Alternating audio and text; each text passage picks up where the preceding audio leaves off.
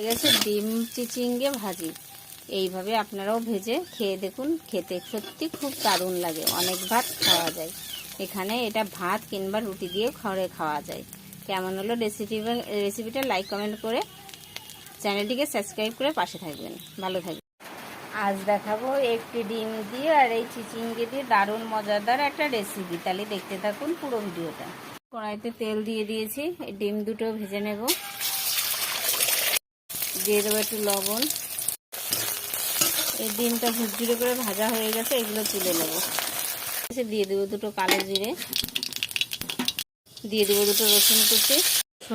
রসুনটা ভাজা ভাজা হয়ে গেছে, দিয়ে দেবো লঙ্কা। এবার এই যে চিচিঙ্গেগুলো ঢেলে দিচ্ছি। এবার নাড়িয়ে চাড়িয়ে নেব।